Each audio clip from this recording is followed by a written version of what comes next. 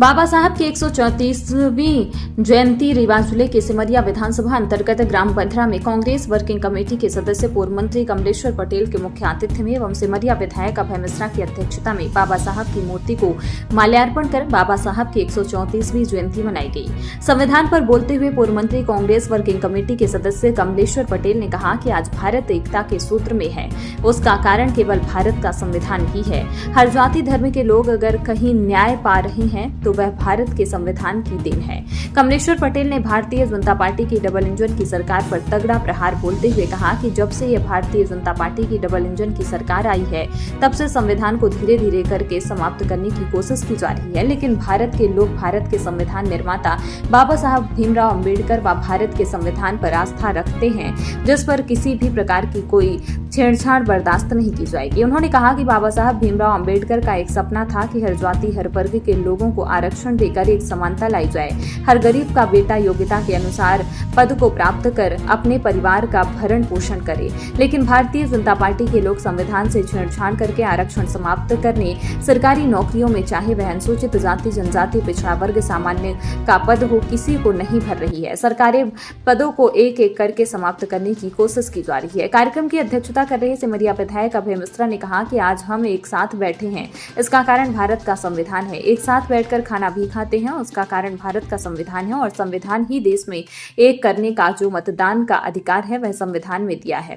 वहीं सिमरिया क्षेत्र की तमाम आम जनमानस से अपील करते हुए अभय मिश्रा ने कहा कि एक साथ मिलकर कांग्रेस पार्टी का साथ दें ताकि संविधान बच सके।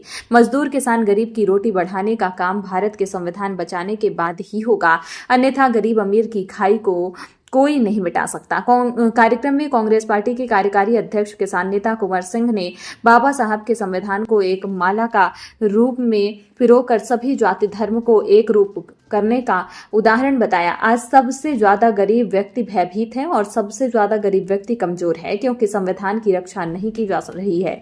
हर तरह से केंद्र और राज्य की भाजपा सरकार संविधान को कमजोर करके अनुसूचित जाति अनुसूचित जनजाति पिछड़ों व गरीब तबके के लोगों को भुखमरी के कगार पर ला रही है। आज नौजवानों को नौकरी के बजाय नाम बदलने का काम किया जा रहा है। नौकरी न होने से परिवार में आत्महत्या के कारण बढ़ रही हैं। आज किसान आत्महत्या कर रहा है, मजदूर आत्महत्या कर रहा है, छात्र आत्महत्या कर रहा है, लेकिन सरकार भ्रष्टाचार, पेपर लीक करने व संविधान समाप्त करने का कुठित प्रयास कर रही है।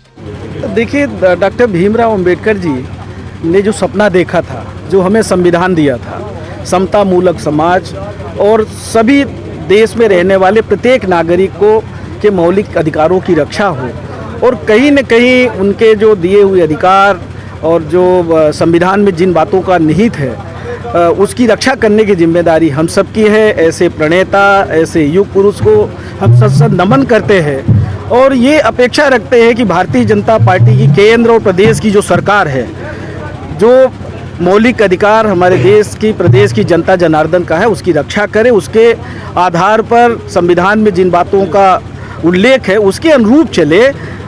इसी आशा और उम्मीद के साथ हम सारे लोग आज अंबेडकर जी की जयंती मना रहे हैं। ऐसा नहीं कि हम बातें तो करें, एक तरफ अभी अभियान चला रहे, स्कूलों में सफाई अभियान कर रहे हैं, और दूसरी तरफ शिक्षा का अगर सबसे ज़्यादा खराब स्थिति हुई है तो भारतीय जनता पार्टी की सरकार में हुई है। आज हमारी सरकारी स्कूलें मध्य प्रदेश में 36,000 स्कूल बंद करने का काम किया है। स्कूलों में शिक्षक नहीं है, पढ़े लिखे जो नौजवान हैं वो भटक रहे हैं, उनको नौकरियां नहीं मिल रही है। तो जो अधिकार मिला हुआ है उन अधिकारों को छीनने का काम अगर कोई कर रहा है तो भारतीय जनता पार्टी की सरकार कर रही है। सफाई करने के लिए वह चपरासियों की व्यवस्था करिए, नौकरी दीजिए लोगों को, बेरोजगार भटक रहे हैं। ये भाजपा के नेताओं का काम नहीं है कि विधायक और मंत्री सफाई करें, उनका काम है व्यवस्था बनाने का, ना कि स्कूलों की सफाई करने का काम है। तो इस तरह का जो आडंबर करते हैं भाजपा के नेता, इससे वो बाज जाए और जो मौलिक अधिकार है, लोगों को अच्छी शिक्षा, अच्छी स्वास्थ्य सुविधा, बेरोजगारों को रोजगार, पानी है, बिजली है, जो मूलभूत सुविधाएं हैं उसकी व्यवस्था बनाना प्रदेश और देश सरकार की जिम्मेदारी है। उसके अनुरूप चले, इसके लिए भी हम लोग आगाह कर रहे हैं। इस पे चर्चा हुई है और हम लोग विपक्ष में हैं। जहां भी ऐसा लगेगा कि संविधान के अनुरूप प्रदेश की, देश की सरकार नहीं चल रही है, वहां